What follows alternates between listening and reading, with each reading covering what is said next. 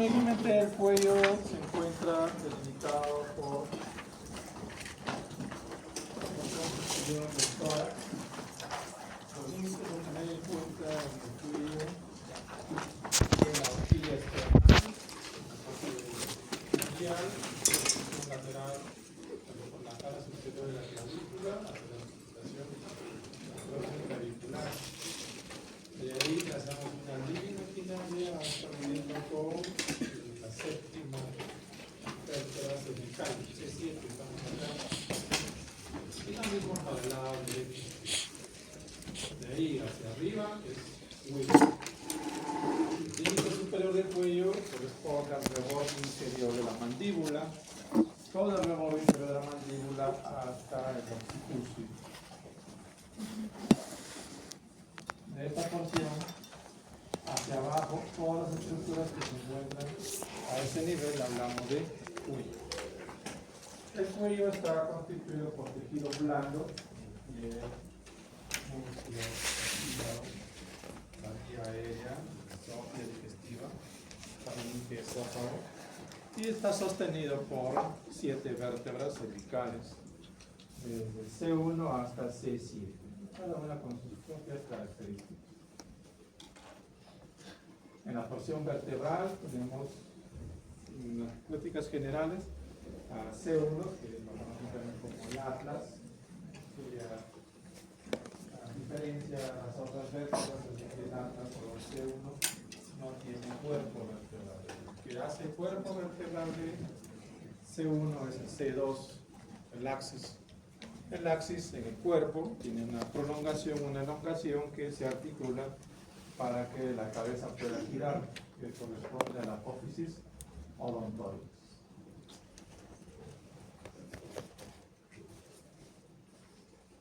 Las vértebras cervicales, a su vez, se caracterizan desde C7 hasta C1 por la presencia de un agujero en las apófisis transversas, y corresponde al agujero para la arteria vertebral, cuya rama cuyo origen es la subclavia. Bueno, en su origen entonces esta asciende, se hace anterior a C7 y luego ingresa por C6 hasta C1. Finalmente en C1 ingresa por el agujero magno para formar parte del polígono de Willis. Una característica de C7 es de que su apófisis dorsal o su apófisis espinosa es la más prolongada y la más extensa. Es por eso que es un límite o una referencia anatómica cuando uno quiere delimitar las vértebras del cuello. Aquí está, aquí lo pueden ver. La apófisis espinosa es la más prominente en relación al resto de vértebras cervicales. El agujero transverso, y a nivel de C7 la arteria vertebral se hace anterior para finalmente ingresar por este conducto anatómico.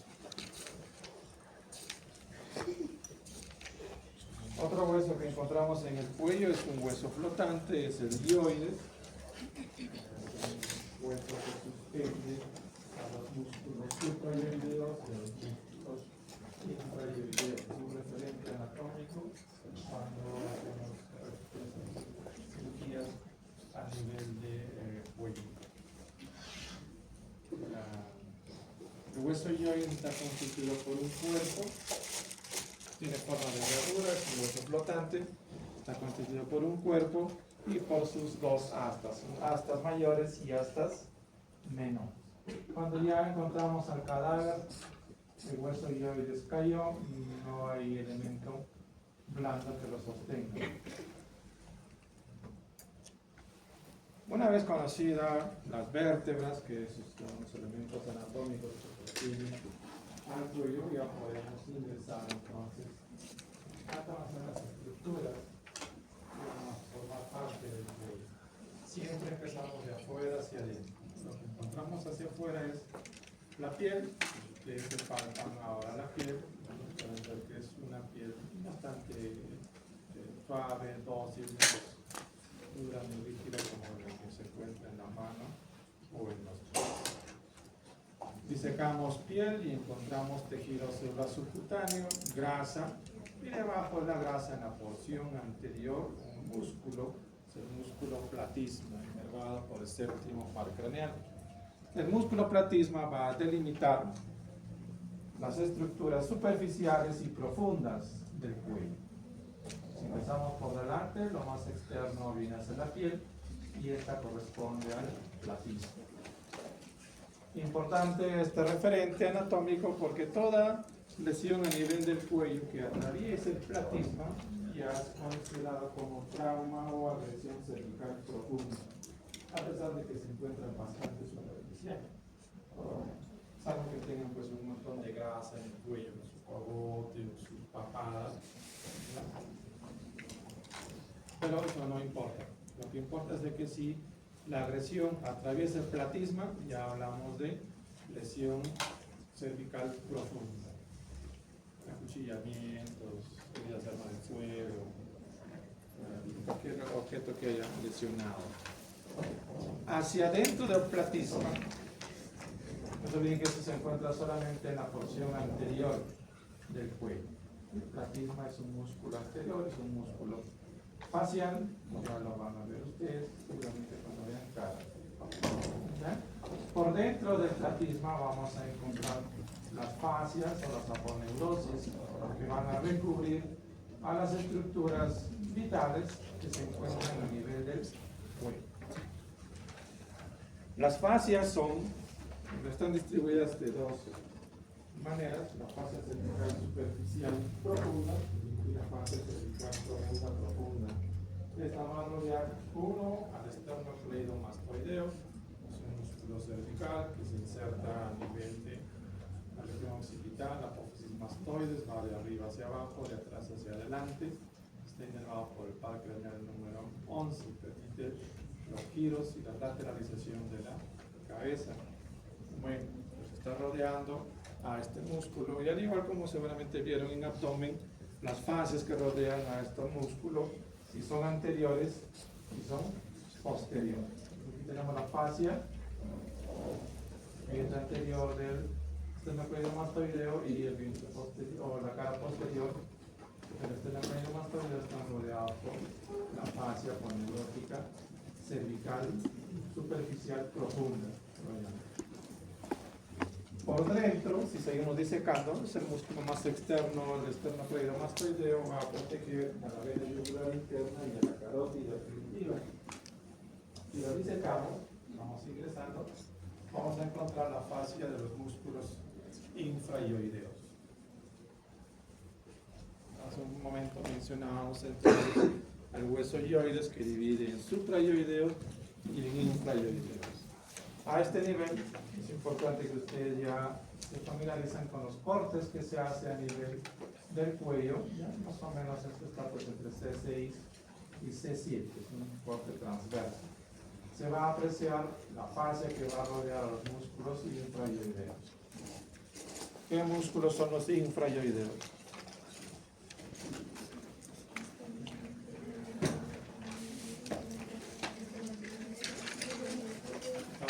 Son 4 músculos. Estos van a proteger en su porción inferior mediana a una glándula que se encuentra justo por detrás de estos músculos. También son considerados como los músculos pretiroideos. Hacia adentro, más profundo, encontramos a la glándula tiroides. Y la glándula tiroides también tiene su fascia, que es la fascia visceral. Aquí lo pueden ver en celeste, ¿ya? A la fascia que protege al músculo, a la glándula tiroides. Por detrás de la glándula tiroides vamos a encontrar la fascia que va a rodear a dos estructuras, que son la tráquea y el esófago, vía aérea y vía digestiva. Importante también los traumatismos que sean perforantes, porque pueden lesionar a nivel de la vía aérea o a la tráquea y al esófago. Y ya ustedes habrán visto en neumología o el aparato respiratorio, la cantidad de cartílagos que se encuentran a nivel de la lateral a los glóbulos tiroideos, que son dos, derecho e izquierdo, encontramos otra fascia o la vaina que va a rodear a los vasos sanguíneos de importancia a nivel cervical. Hacia afuera la yugular, hacia adentro la carótida. Entre la yugular y la carótida, medio, el par craneal número 10, el barro. Esta fascia que va a rodear a estas dos estructuras se denomina la vaina carótida. No se olviden, hacia afuera la yugular, hacia adentro la carótida. A este nivel la carótida no da ramas, como lo vamos a ver posteriormente. Y la yugular interna, bueno, va a desembocar a nivel de la subgular. Hasta aquí hablamos de la porción anterior cervical. Hacia atrás de la vaina carótida vamos a encontrar la fascia que rodea los músculos vertebrales. Toda la masa muscular vertebral encontramos la fascia muscular. Esto de las fascias es importante cuando uno se dedica a cirugía de cuello para poder encontrarlas, ubicarlas y disecarlas, para tener acceso a estructuras importantes que se encuentran en un espacio pequeño, como el abdomen que todos tenemos. Las fascias rodean a las estructuras que acabamos de mencionar, con excepción de una, que es la fascia prevertebral. La fascia prevertebral tiene comunicación entre la boca y el intestino, es la que comunica boca y el intestino. Bajo ciertas circunstancias, la angina de Ludwig, por ejemplo, o los abscesos de piso de boca, pus que se está formando debajo de la lengua, puede acceder con mucha facilidad hacia el mediastino. ¿Qué es el mediastino?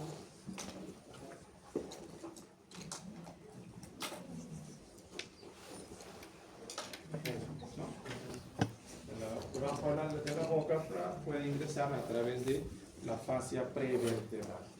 Es un área bastante proclive de la boca, que es el piso de la boca, a través de la fascia prevertebral, ingresar rápidamente al mediastino y comprometer con mucha mayor facilidad la vida de la persona del paciente. Esta diapositiva nos explica sobre las fascias que acabamos de mencionar. Este es el esternocleidomastoideo, y aquí se puede apreciar la fascia que va a rodear la porción lateral del esternocleidomastoideo, y esta que ha sido cortada. Vemos la fascia que recubre la cara interna del esternocleidomastoideo. En esta diapositiva se ha disecado piel, se ha separado tejido celular subcutáneo, y lo que se está apreciando a nivel del cuello es un músculo facial generado por el séptimo par craneal. Su origen es a nivel de los músculos de la cara, y se dice que se puede insertar a nivel de la cara superior de la clavícula. Este es el platisma. Hacia adentro del platisma encontramos las fascias. Es por eso que es un referente para hablar de trauma cervical superficial y trauma cervical profundo. Retiramos el platisma y encontramos el gráfico que nos orienta sobre la configuración que tienen las fascias a este nivel.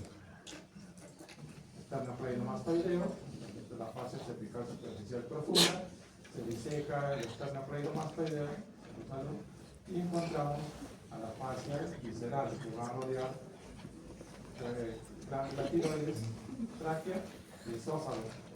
Y hacia aquí, en moradito, encontramos la vaina de la carótida. Hacia afuera yugular, hacia adentro, la carótida limítrofa.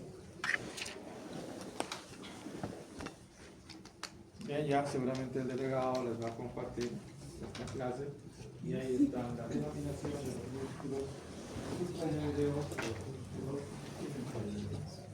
Los infrayoideos sirven como mecanismos de protección cervical, y los suprayoideos sirven de unión con la boca o piso de boca para hioides. Uno de los músculos que seguramente ya lo han revisado ustedes es el lomo hioideo. Es un músculo inferior. ¿Cuál es el origen del lomo hioideo?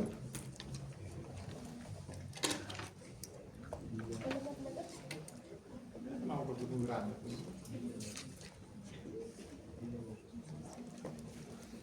Bueno, ahí, ¿correcto? Tiene dos vientres, un vientre superior y un vientre inferior. Y justo a nivel de la vena yugular presenta su tendón. Por eso se dice que el lomo hioideo es un protector de la yugular interna.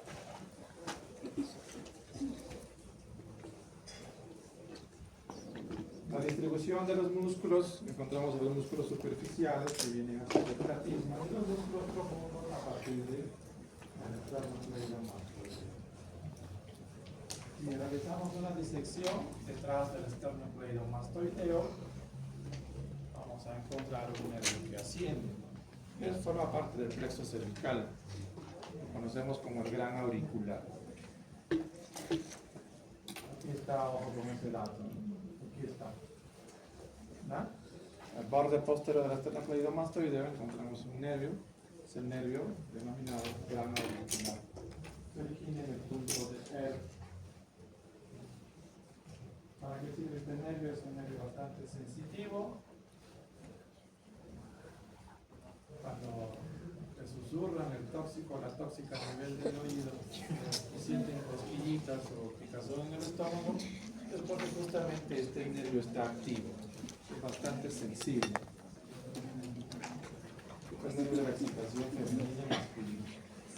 Pero eso no nos interesa, lo que nos interesa es de que a 1 centímetro sobre este nervio, el nervio gran auricular, a 1 centímetro hacia arriba, está ingresando de base de cráneo hacia el cuello, hacia la región posterior, el par craneal número 11. ¿Cuál es el par craneal número 11? ¿Qué dice? No, es el espinal. El espinal le sirve entonces para inervar al trapecio, que ya lo conocen por miembros superiores portales. Y asimismo, también deja su ramita para el esternocleidomastoideo. Preguntas de examen. El par craneal número 11, que es el espinal, que va a inervar al trapecio.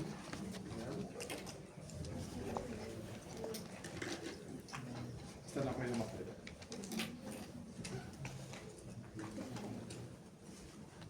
Bien, hemos separado el platisma. Aquí está el platisma, toda esta masa muscular, el delgado del platisma.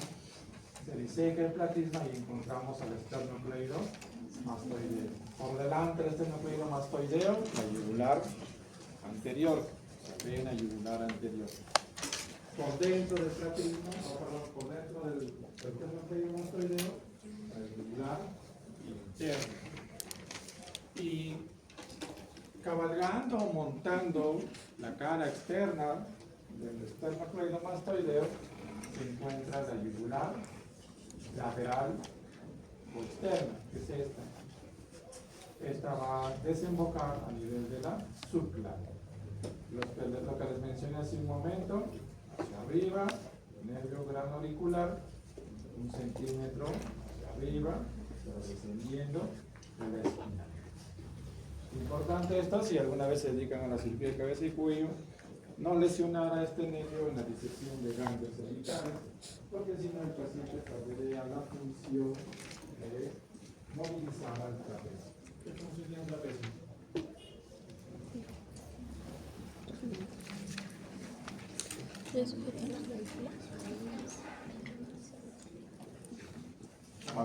Exacto. Bueno, lo ven, ahí está lo que acabamos de mencionar. Los músculos suprayoideos, pinza de boca, mandíbula, los infrayoideos, cuello, protección de estructura.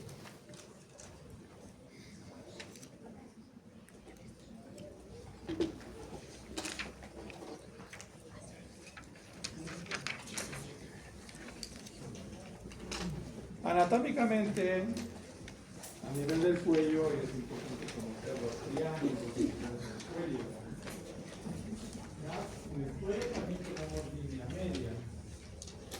Al igual que existe la línea alba abdominal, existe la línea media cervical, que es la conjunción de las fascias que se van a entrecruzar entre el lado derecho y el lado izquierdo.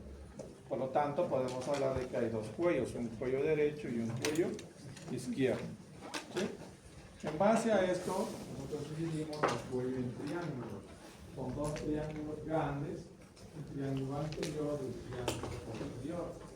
El límite o la división para estos dos triángulos viene a ser el esternocleido mastoide. Por lo tanto, hay un triángulo anterior cuyos límites son línea alba o línea media, el reborde anterior del esternocleidomastoideo, el reborde de la mandíbula que forma parte del borde superior del cuello. Aquí tenemos el triángulo anterior. El triángulo posterior está conformado por el borde posterior del esternocleidomastoideo, el trapecio hacia atrás y hacia abajo la cara superior del hueso de la clavícula. Triángulo anterior, triángulo posterior. Asimismo, como para complicarnos la vida, a partir de estos dos triángulos grandes nacen los triángulos más pequeños. Para conocer a estos dos triángulos, a los triángulos pequeños, es importante que tengan en cuenta el origen y la inserción de dos músculos: el homoioideo y el digástrico.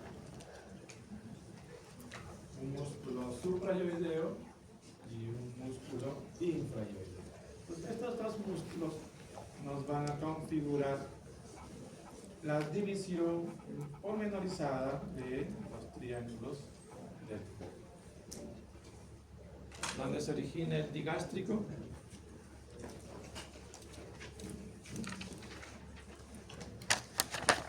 No se olviden que ustedes tienen que venir a las clases ya estudiando y leyendo.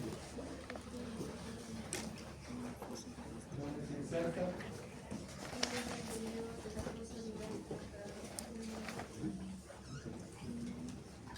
Y el homoioideo, lo que hace un rato creo.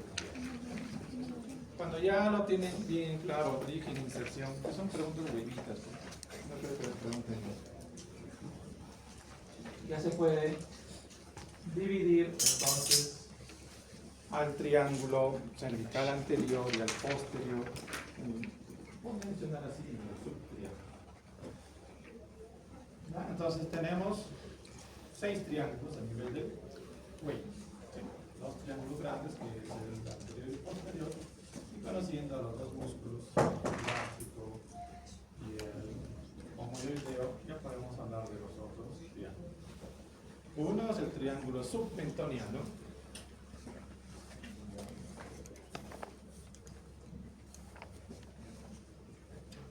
Submentoniano. Aquí está. El triángulo submaxilar. Triángulo vascular o carpídeo, triángulo muscular o visceral, y el triángulo posterior, que se divide en dos triángulos más, un triángulo superior y un triángulo inferior, conocido como la fosa supraclavicular. En cada uno de estos triángulos nosotros encontramos estructuras importantes. Es igual, ¿no? Cuando les hablan de abdomen y sus 9 zonas abdominales, viene y los acuchilla a ese nivel, uno ya presume qué estructuras se pudieron haber mencionado. Con el conocimiento de los triángulos ocurre lo mismo. Si alguien viene y es agredido por arma blanca a determinado nivel o a determinada área anatómica de los triángulos, uno ya puede más o menos explicar el cuadro clínico que tiene la persona. Triángulo submentoniano, para eso tenemos el mentón Ya cuando vean mandíbula van a identificar que es el mentón. Y ahí se abre porque el digástrico se inserta a nivel de la sínfisis mentoniana, tanto el derecho como el izquierdo, y su tendón de adherencia a nivel del mioide. Por eso que se dibuja un triángulo a ese nivel, triángulo submentoniano. ¿Qué encontramos ahí? El gánglio délfico.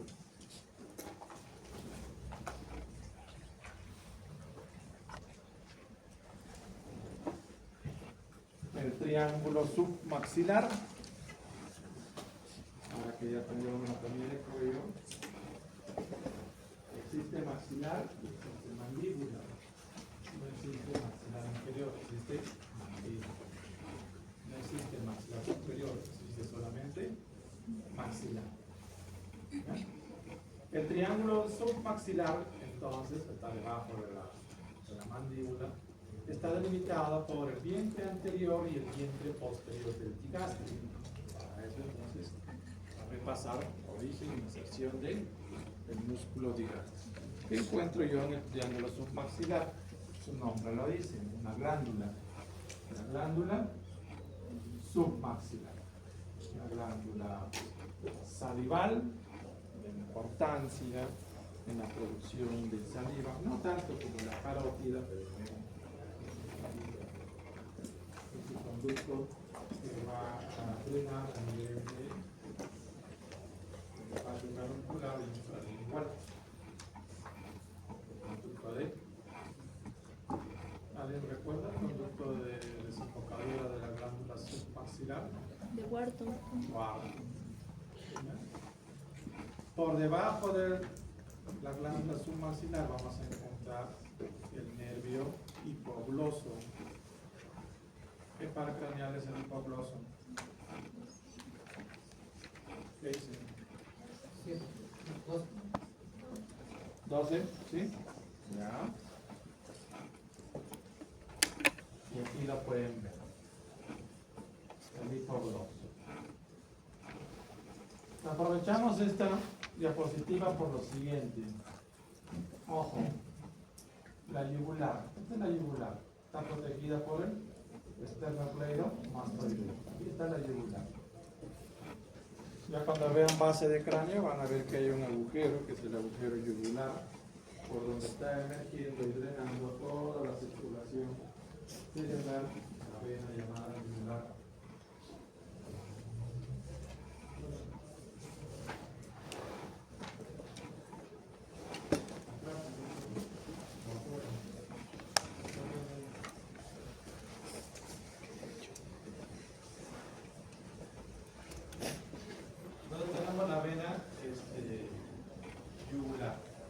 La yugular en su origen, ¿ya? En su origen, la yugular tiene tres nervios, se acompañan tres nervios al origen de la yugular. Un nervio que se va hacia atrás, desciende y se hace posterior, y lo ven acá, que es el par craneal número 11. ¿Vale? La espina pasa por dentro del esternocleidomastoideo, deja su ramita para inervarlo y luego se hace más posterior para inervar el trapecio. Acompañando a la vaina carotidia y a la vena yugular, que está aquí, vena yugular, carótida, hay un nervio que está acompañándolo. Hace un rato lo mencioné, el vago. En todo su trayecto dentro de la vaina carotidia se encuentra entonces este nervio. Y ya como ustedes saben, pues el nervio vago va a dejar sus ramas para el esófago, el estómago, los pulmones. Y una de sus ramas, que seguramente ya lo van a ver, es el nervio laringio recurrente. ¿Ya? Tanto para el lado derecho como para el lado izquierdo, que tiene que ver bastante con el movimiento de los músculos de la voz. Hacia adelante, ¿ya? Adelante de la vena yugular interna, este medio, el motivo de que nos tengamos un poco hace un rato, que es el par craneal 12. Y por tenemos su origen de la yugular, los tres nervios, 10, 11 y 12. ¿Verdadero o falso? ¿Qué dice? ¿Qué dice?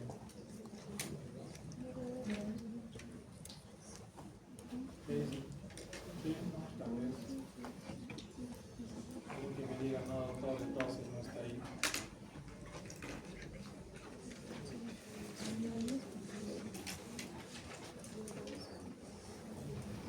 Bueno, entonces sí está ahí, ¿no? Pero no es que acompaña a la vena yugular.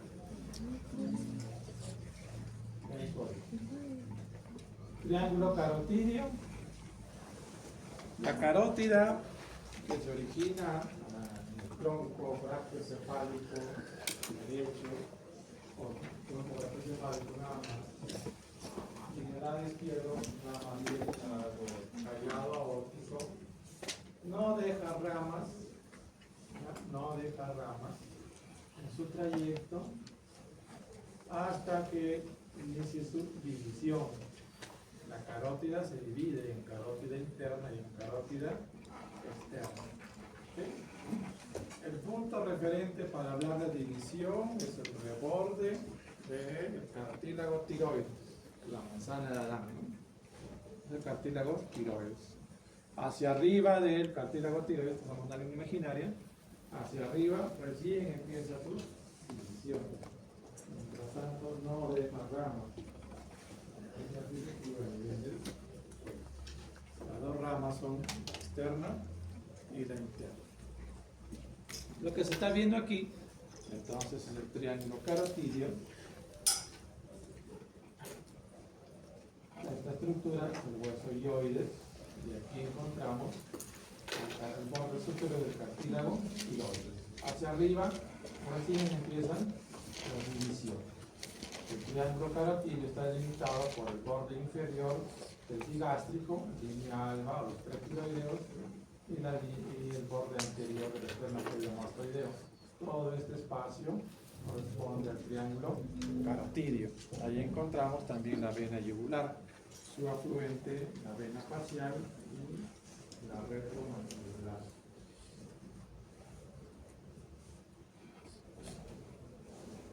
Y las primeras ramas de la arteria carótida, que son la primera rama, la tiroidea. La tiroidea superior.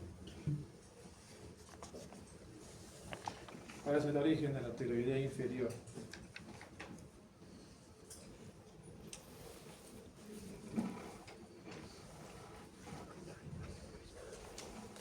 El triángulo muscular está delimitado por los infrayoideos y el borde del hueso. Hacia atrás encontramos la tráquea y más posterior, pegada hacia el lado izquierdo, el esófago. Si disecamos el triángulo muscular, vamos a ubicar la glándula tiroides.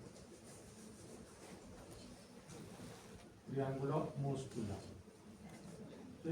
Tráquea, cartílago tiroideo, glándula tiroides. El triángulo posterior se divide en dos, uno superior, uno inferior. El inferior corresponde a la fosa supraclavicular.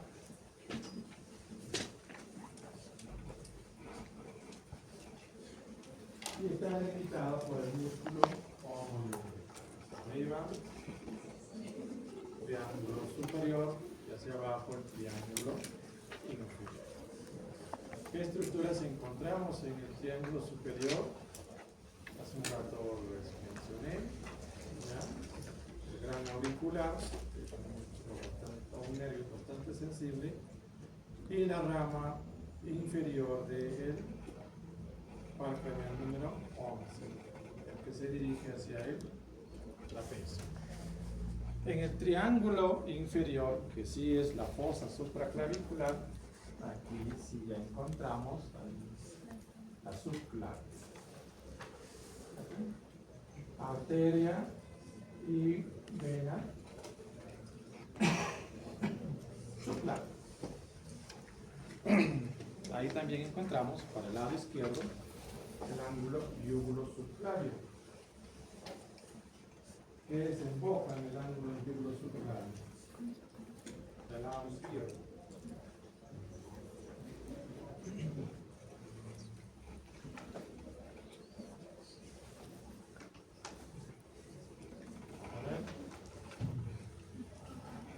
Desemboca en el ángulo yúgulo subclavio del lado izquierdo. Es pregunta típica de tórax. Doctor, ¿el conducto torácico? El gran conducto torácico. Y en el lado derecho, porque en el lado derecho también hay ángulo yúgulo subclavio, que desemboca.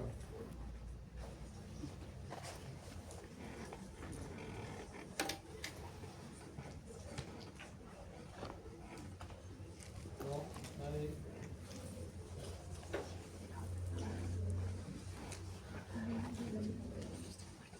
Saben que el examen de cuello no va a darlo conmigo todo. Eso puede entrar.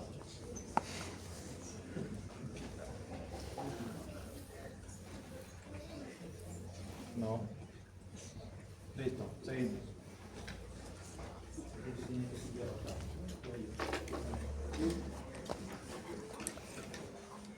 Doy la clase, doy examen. Ya no importa. Exámenes de estudiar. Bien. Si seguimos disecando, ya en la parte lateral cervical vamos a encontrar las venas. Bueno, y así nos dan exámenes porque le dijeron por favor al doctor que no queremos dar examen. Si lo dan en forma lateral, vamos a encontrar, no se olviden, el esternocleidomastoideo, el borde superior, encontramos la yugular externa, la vena occipital, se van a fusionar, yugular externa propiamente, y esta va a desembocar a nivel de la vena subclavia. Eso es lo que se encuentra en el triángulo posterior, en el triángulo occipital.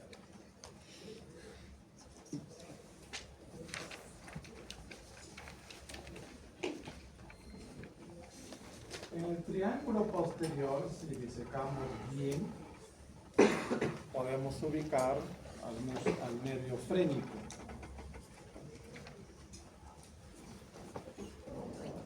No hay hecho referencia para lograr al nervio frénico. Eso se encuentra en el triángulo posterior. Nervio frénico, pregunta de todo.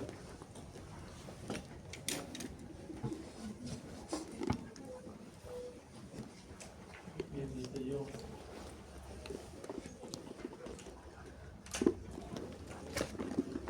¿Cómo ubican al nervio frénico?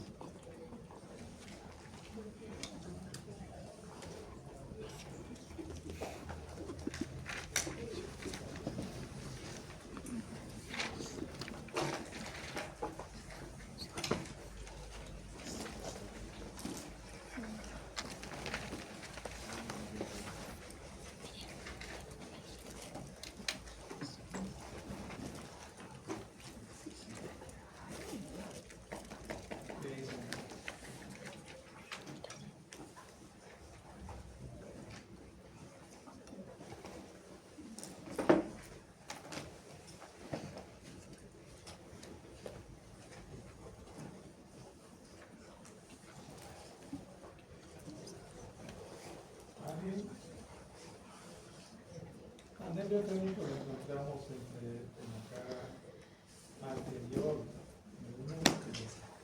del músculo galeno. ¿Qué función tiene el frénico?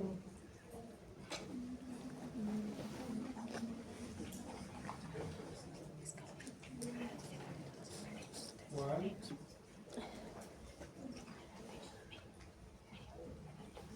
Esto es la función del diafragma para poder respirar.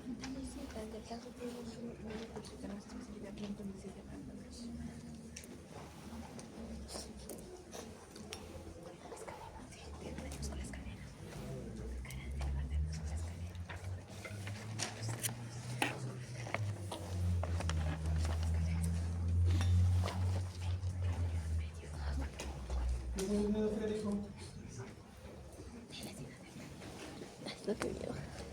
¿Qué tal si me hice bruta? La inervación del diafragma para la respiración natural. Casi era eso.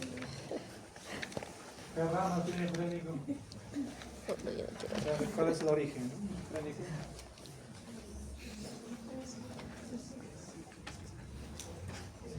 ¿Qué rama tiene el origen? Frénico.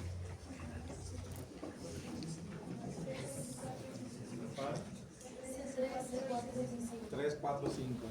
Cervical, más de 4. ¿Va por delante o por detrás de la subclavia?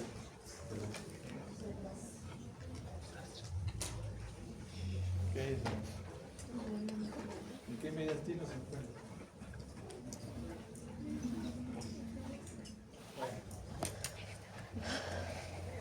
Hay dos triángulos, bueno, si desean lo memorizan, estos dos triángulos, el triángulo de Farabeov y el triángulo de Pirogov.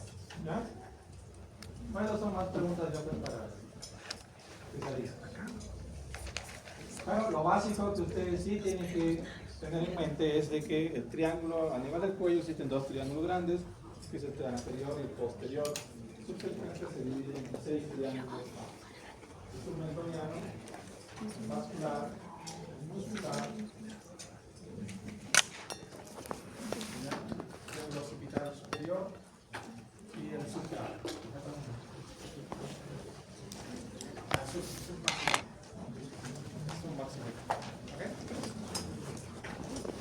El Pirogov y el de Farabeov ya se pregunta para recibir como interno. Si un día llegan a ser mis internos, ya saben que revisión lo van a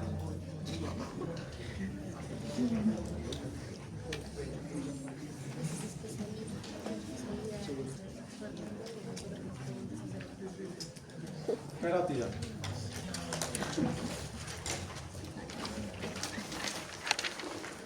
Eso no deja distinguir cómo está constituido el Farabeov.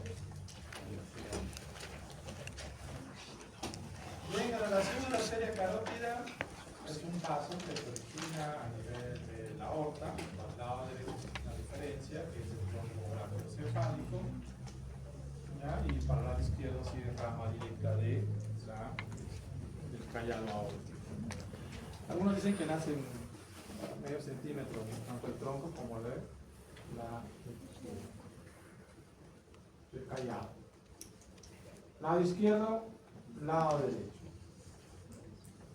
Excepcionalmente puede haber un tronco brachiocefálico arterial izquierdo, sí. Excepcionalmente puede darse un tronco brachiocefálico. Esa es una rareza. Este es tronco brachiocefálico derecho, valga la derecha. Aproximadamente a nivel del opérculo, ¿qué es el opérculo? El opérculo torácico. ¿Qué es el opérculo torácico?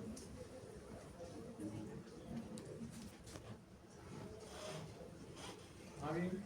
¿No?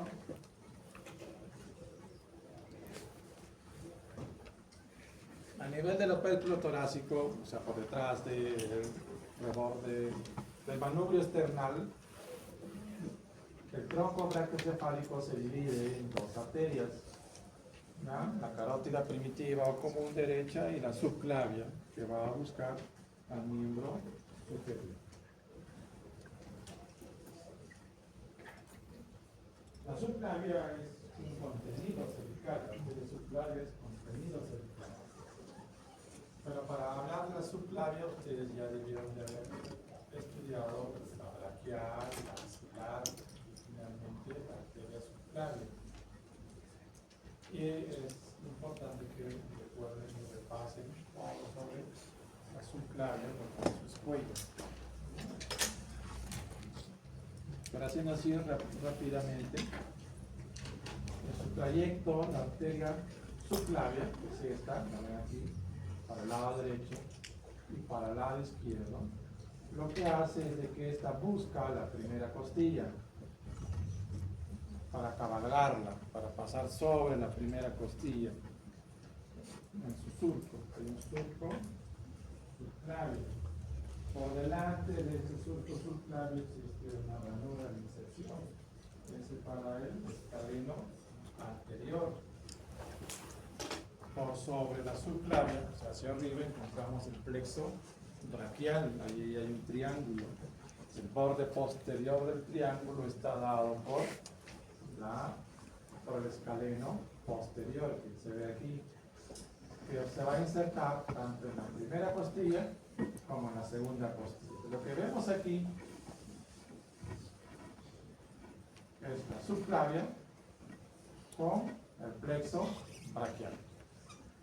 Y ya ustedes saben cómo está constituido el plexo braquial, la denominación de sus troncos, la denominación de sus fascículos, que es la denominación de fascículos, y sus raíces externas. Y aprovechando el lado derecho de la diapositiva, vemos a un nervio, que fue lo que pregunté hace 5 minutos.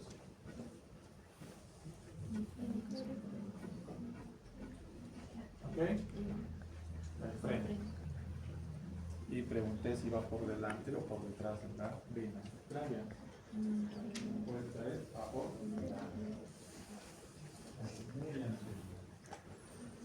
Va a ingresar por el intestino, lateralizarse por el hilio pulmonar, para finalmente insertarse, hacer inserción a nivel del diafragma.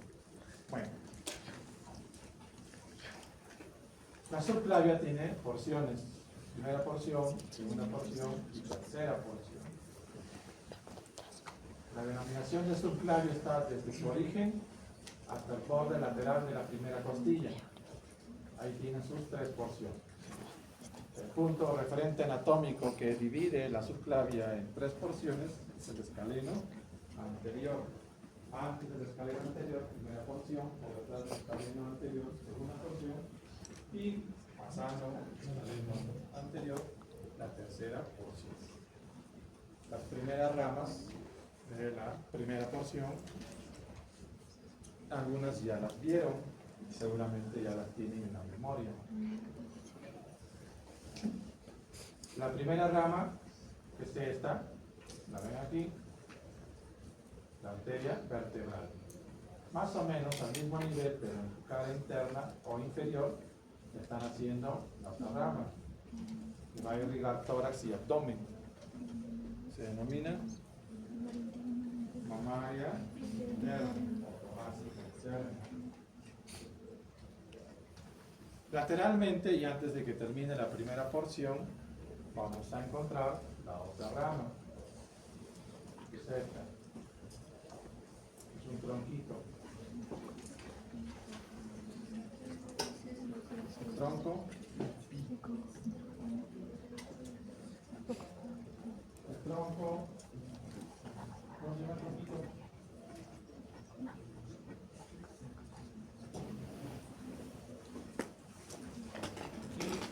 A ver. Ya, y de ahí nace otro tronco pequeñito que va a dar origen a la tiroidea inferior. ¿Ya? Hace un rato les dije y les mencioné la tiroidea superior, rama de la carótida. ¿de qué? De la carótida externa. Agregando a más preguntas para su examen, la carótida, una vez que se haya dividido, ¿a qué nivel se divide la carótida común?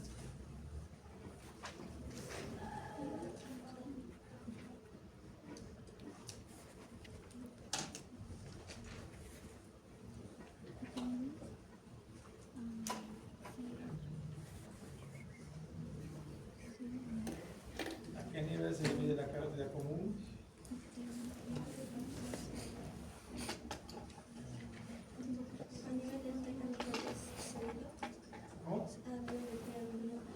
Supraescapular menor o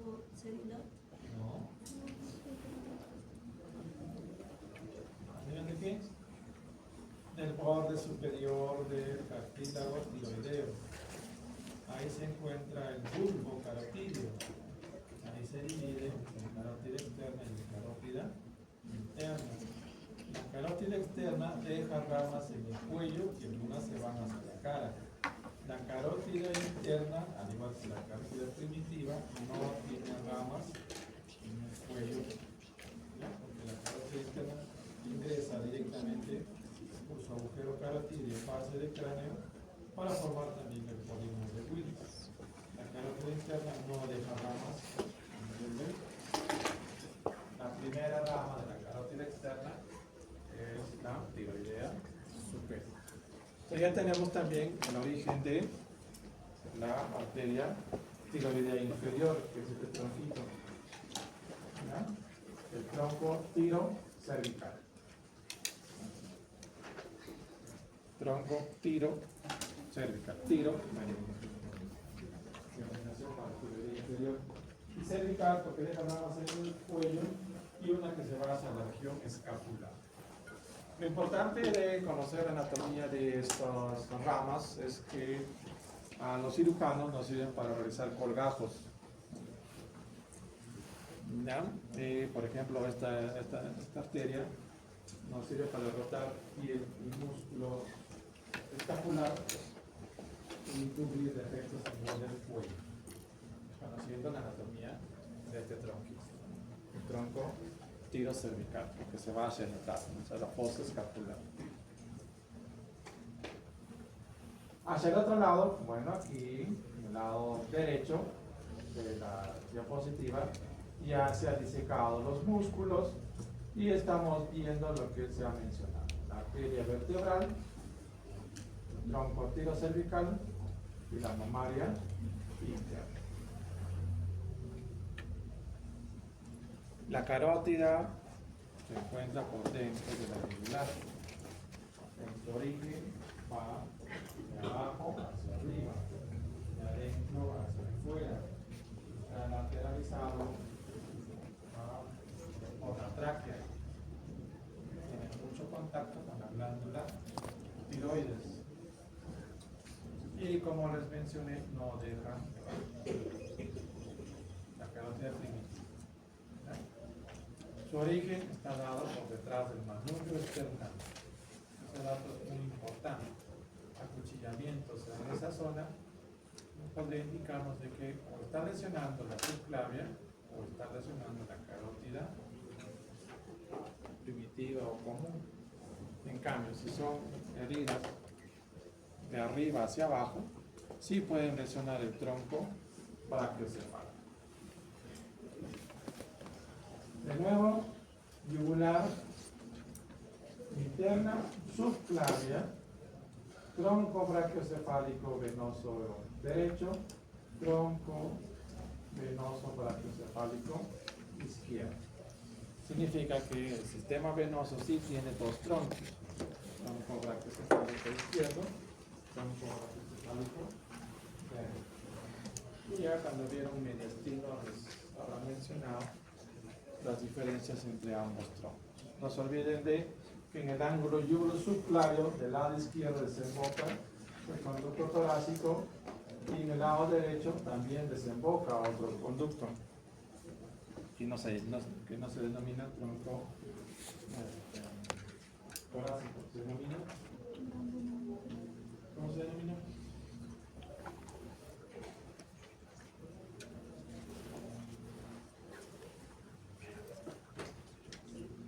Nadie. La gran vena, doctor. ¿Cómo? La gran vena linfática. La gran vena linfática recolecta tejido linfático tanto intestinal y torácico. Supongo que eso vendrá en su examen de abdomen.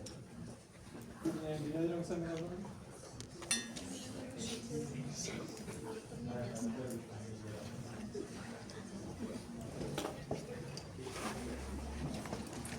Bien, ya dejamos las ramas de la carótida.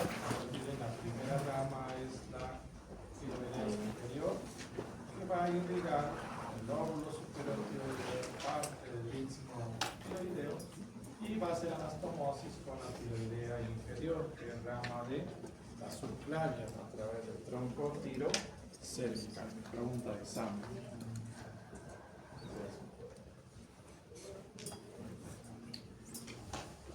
Muy bien, mañana la tiene, relaciones.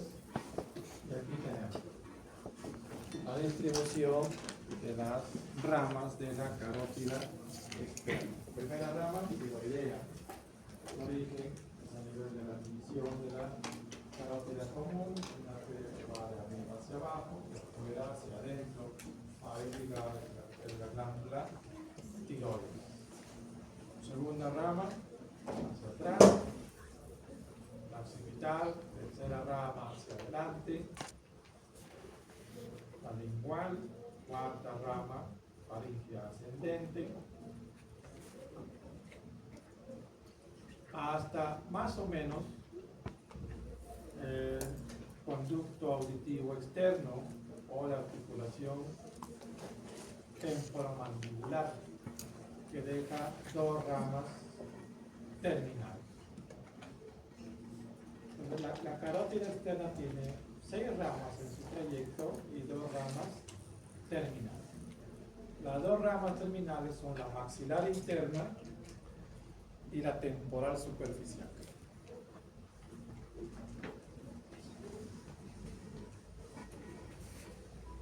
A nivel de la articulación temporomandibular, ya dejó sus ramas, la carótida, y tenemos la rama maxilar interna y la temporal. Cada una tiene sus peculiaridades en su trayecto. Por ejemplo, la arteria facial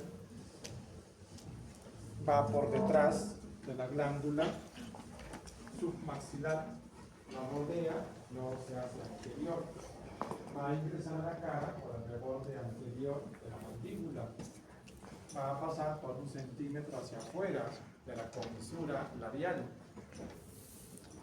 ¿Qué es el pulso?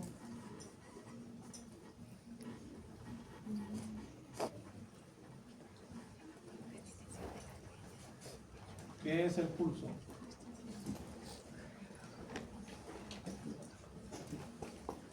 Aquí. ¿Cuántos son? ¿Eran 50?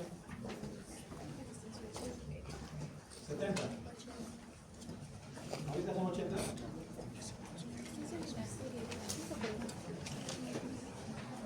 Bueno, chicos, son invitados. Están de otro salón. ¿Quiénes son invitados? ¿Quién más invita? ¿No? ¿Todos son del salón? ¿Quiénes son del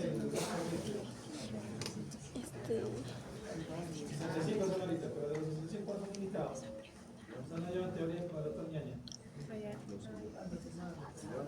Miedo.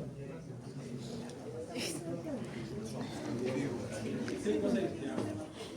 Por medio son 60.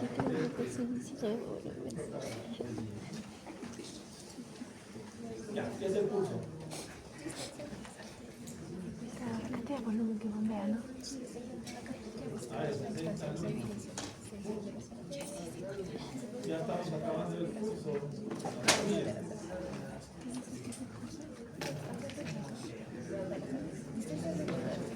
El pulso se ve desde el miembro superior, ¿no? Tiene que palpar la radial, la So, yo todavía no encuentro el pulso aquí cuando te hice búscalo, no encuentro. Muy bueno. Aquí se encuentra rápido. En el triángulo. Rombo. Y el triángulo. Ahí sí lo encuentro. Aquí no encuentro nada. Bueno, ya, pulso. ¿Por qué le hacemos referencia al pulso? Porque nosotros podemos palpar el pulso en el reborde inferior de la mandíbula. ¿Sí? A nivel medial de la mandíbula podemos palpar el pulso. Y este pulso le da a la arteria. No encuentro mi mandíbula. La arteria facial se va por detrás de la glándula submaxilar a 1 centímetro de la comisura bucal. La comisura es la intersección de los labios superior e inferior. Hacia afuera está la arteria facial.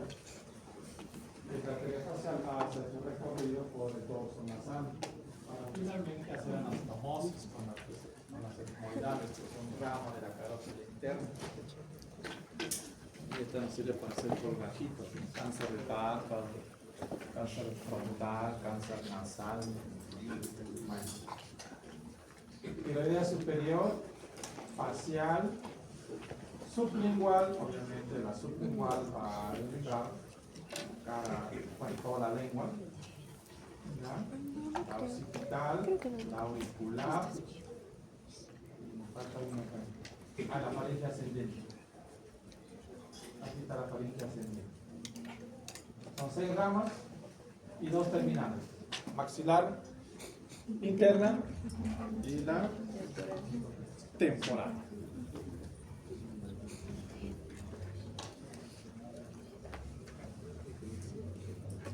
Bien, en su gráfico está este examen, esta pregunta. Tiroidea superior, facial, acabo de escribir su trayecto, se va a unir con la etmoidal, rama de la carótida interna. La temporal, que tiene 3 ramas, anterior, media, posterior.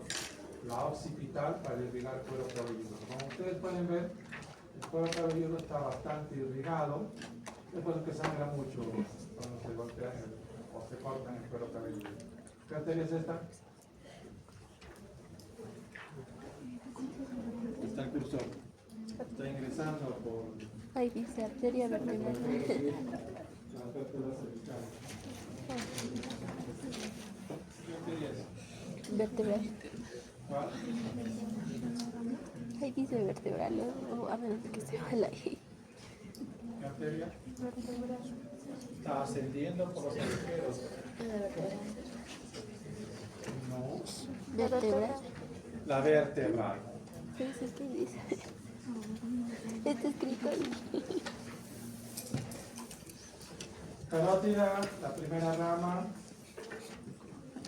Tiroidea. Lingual. Facial. Occipital, o faringe ascendente, mejor dicho, occipital. Sus ramas terminales. Maxilar interna. Temporal. Aquí se aprecia mejor todavía cuál es la irrigación de cuero cabelludo. Carótida, primera rama. Tiroidea superior, sí. Y la relación que tienen en relación a la faringe.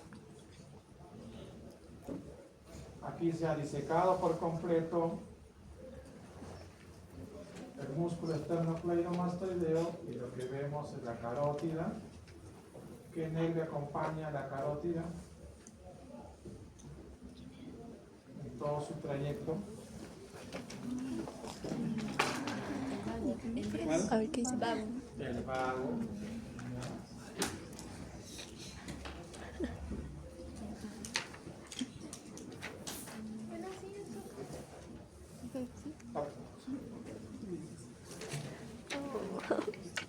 Hacia atrás, no se olviden, este nervio está descendiendo, se encuentra en la cara. Dijo que no iba a haber examen. El esternocleidomastoideo y va a inervar a este músculo. Con fe solo vino a entregarnos nuestros exámenes. Trapecio. ¿Okay?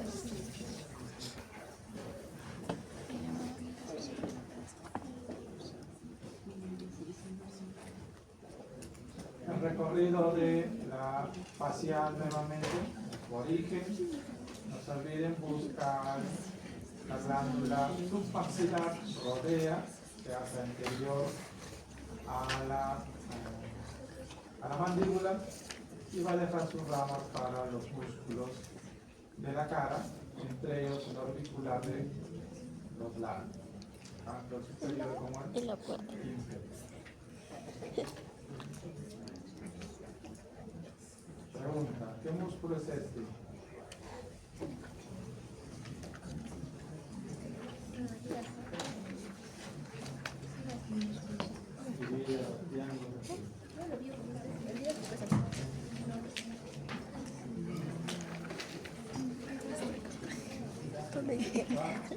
Y gástrico.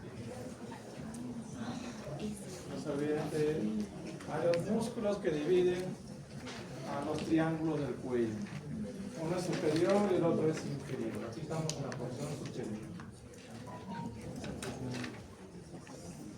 La arteria lingual, rama de la carótida externa, ahí por debajo de la lengua, el piso de la boca, va a dejar sus ramas en la base de la lengua, para finalmente irrigar la punta lingual, la arteria del ranino. Las arterias van de distribución a ese nivel. A toda arteria siempre va acompañada de dos venas. Entonces, si hay una arteria lingual, hay dos venas linguales.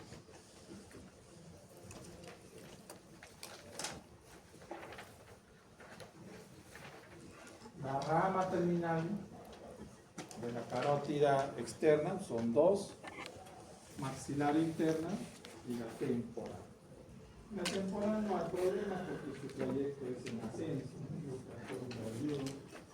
más o menos por el borde de la oreja, la porción del hélix se divide en sus ramas anterior para la porción anterior del cuero cabelludo, para la porción medial del cuero cabelludo y hacia la porción posterior.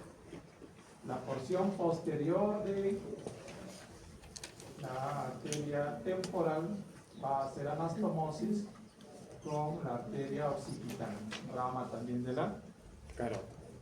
¿Qué es anastomosis?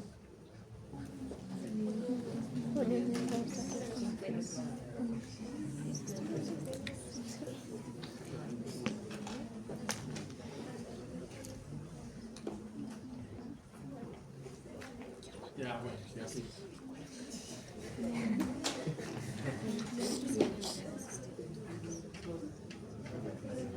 La porción de la maxilar interna, ya lo van a ver esto en cara, es para irrigar nasofaringe y parte de la orofaringe.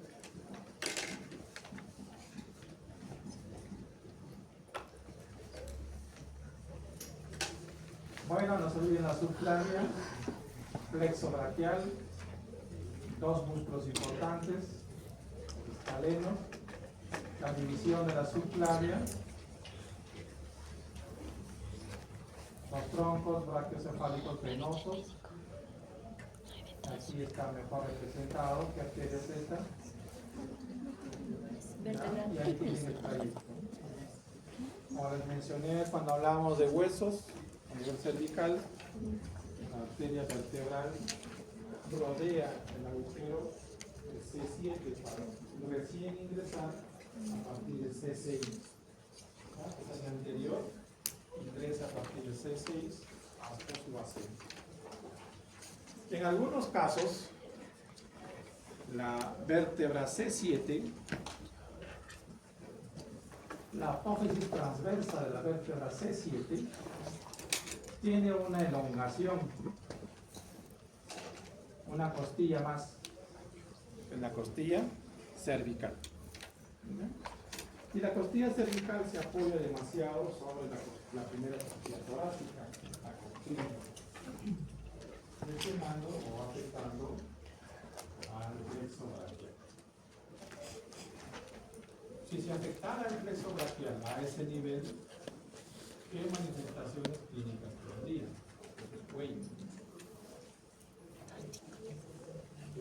O sea, la costilla cervical, que es una elongación de C7 sobre la primera costilla, lo comprime, lo pinza. Y comprime justo porque ahí está el plexo braquial. Pues bueno. ¿Cuál sería la expresión clínica?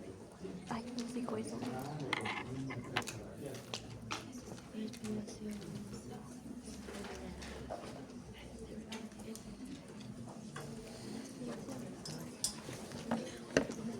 Esto dijo en clases prácticas, pero me olvidé. Bueno, repasar, ¿no? Lesiones, manifestaciones del plexo braquial. Entonces, ¿qué hacemos? Lo que hacemos es retirar justo la costilla cervical para liberar al plexo braquial. Y el paciente mejora bastante con esta descompresión quirúrgica que se hace.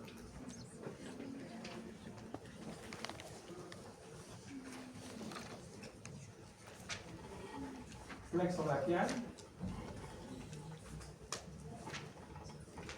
¿Qué nervio es este?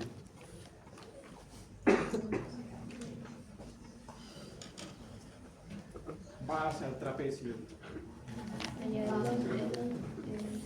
Espinal. ¿Cuál? El espinal. El espinal. Origen del espinal. A nivel cervical, ¿dónde puede encontrarlo? Su origen.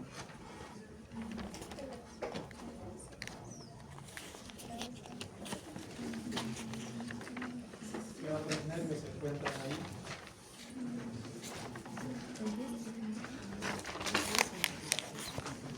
Entonces, en base del cráneo está el agujero yugular y por ahí ingresan 3 nervios, pues 9, 10 y 11. ¿Ya? Y uno de ellos, que es posterior, corresponde al este. El sistema venoso, listo para terminar de irnos.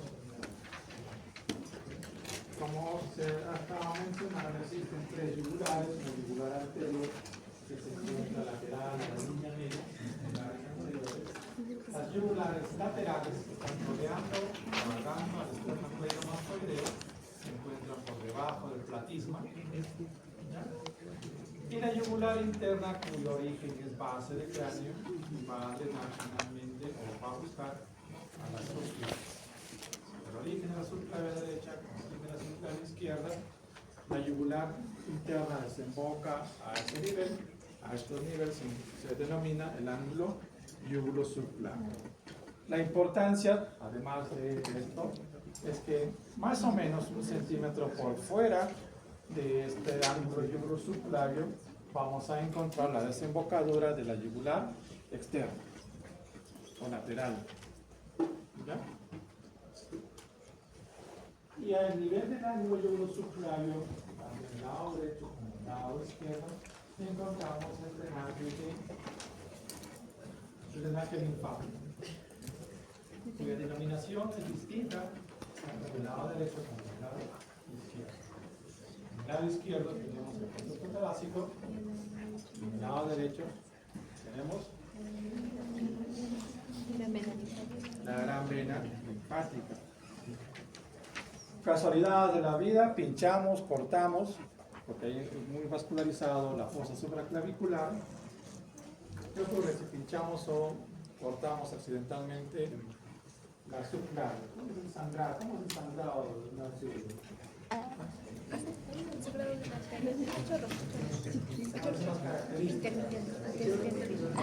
Eso le podemos responder. A chorros intermitentes. ¿Y cómo sangra si pinchamos? Porque es frecuente, ¿no? Cuando uno opera el cuello, a veces se lleva eso. ¿Cuál es la identificación de lesionar a la vena subclavia? Allá ven, ahora es vena, ya no O a la está. subclavia, sistema venoso. Es importante entonces la identificación, porque cuando uno opera lo único que ve es sangre.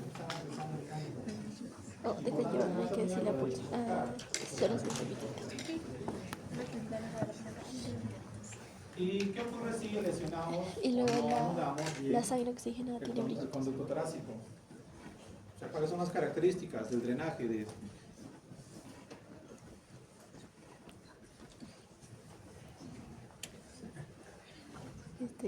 No se olviden del chorro intermitente, del chorro continuo. Ah, sí, era eso.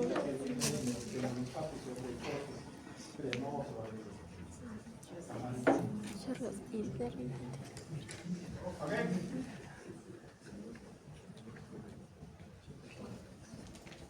Creo que acaba.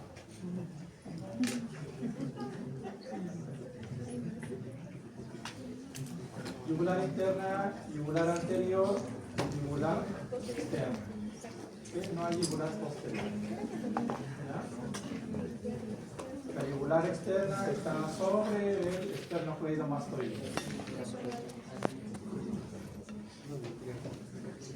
Y finalmente, ya como dato, ya si llegan a ser internos en algún momento, el drenaje linfático en el cuello, importante cuando hablamos de sangre. cánceres del cuello bastante frecuentes. Muchos cánceres de la cabeza y de la cara drenan el cuello. Tenemos que hacer reparaciones quirúrgicas de los ganglios linfáticos en el cuello. Son 6 grupos y son muy parecidos a lo que estábamos viendo en los triángulos del cuello.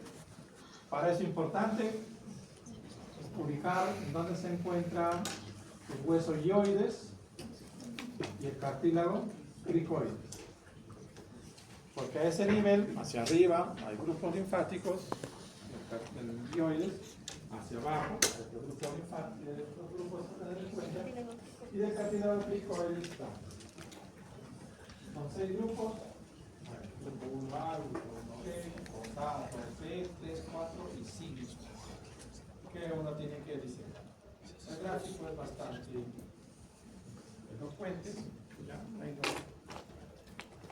Es importante poder identificar las estructuras que se hizo mención. ¿En dónde se encuentra el ganglio élfico?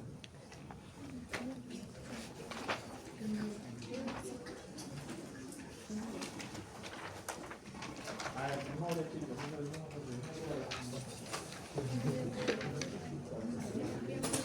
el ganglio élfico.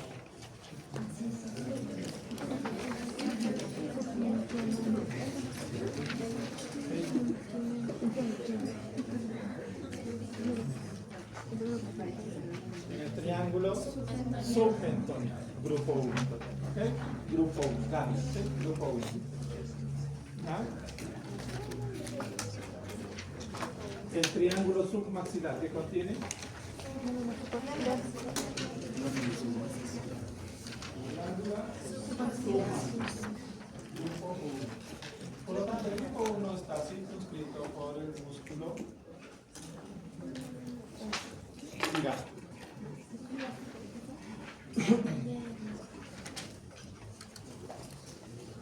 Por detrás del digástrico anda el trapecio, grupo 2.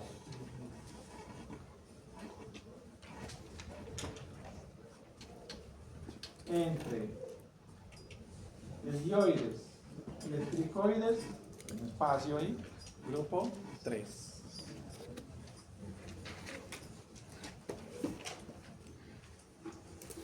Grupo 4, por debajo del cartílago cricoides. Cuando veamos cricoides y anillos traqueales, el cricoides en realidad sí es un anillo completo, porque da vuelta a toda la tráquea, es bastante durado. A mayor edad, más duro todo, más resistente. A diferencia de los anillos traqueales, fácilmente comprimen. Cuando hay hematomas en el cuello, hay insuficiencia respiratoria, es porque los cartílagos traqueales, los anillos traqueales, se comprimen con mucha facilidad. Con excepción del cricoides, que es bastante rígido. Todo es cartílago y cartílago denso. Hacia abajo del cartílago cricoides, grupo 4. ¿Okay? Pregunta para ustedes, nos falta el grupo 5. El grupo 5 se encuentra en el triángulo posterior. ¿Cuáles son los límites del triángulo posterior?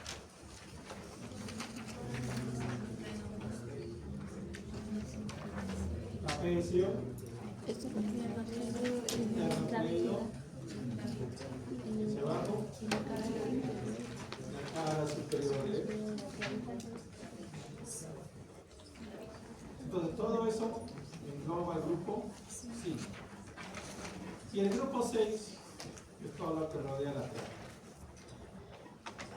Muchos cánceres, entonces uno tiene que retirar los cartílagos, los ganglios a ese nivel. Ahora, lo que retiramos es grasa. Se deja desnuda todos los músculos, así como se ven en los gráficos, igualito que era la disección cervical.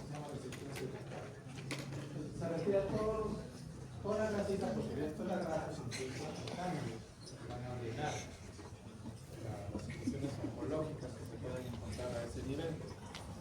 Y los pacientes, después de esto, si es que no hemos lesionado al vago, al espinal, ¿Cuál era la lesión del espinal? ¿Cómo se manifestaba clínicamente?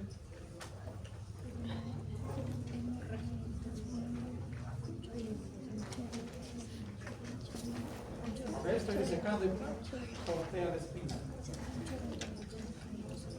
O el tumor lo está mordiendo.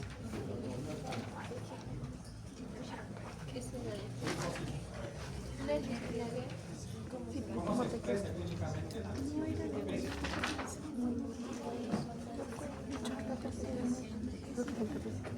¿A qué músculos inerva el espinal? Al trapecio, el esternocleidomastoideo. Esternocleidomastoideo. Lo que tengo que recordar es de que si yo lesiono al espinal, dependiendo a qué nivel fue antes del esternocleido o ya pasando el esternocleido en el triángulo posterior, puede haber lesiones. Una, a nivel del externo, que no va a poder girar la cabeza al pacientito. Bailado, cero, y no va a poder bailar, solo de un lado. Y tampoco va a poder elevar el hombro. ¿Lo que eso sirve? Para decir, oh, ¿ya? Examen de cabeza y cuello. Oh, ¿correcto?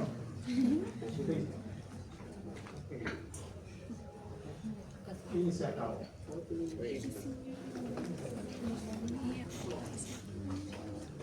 Ya han llegado, les hará llegar las clases.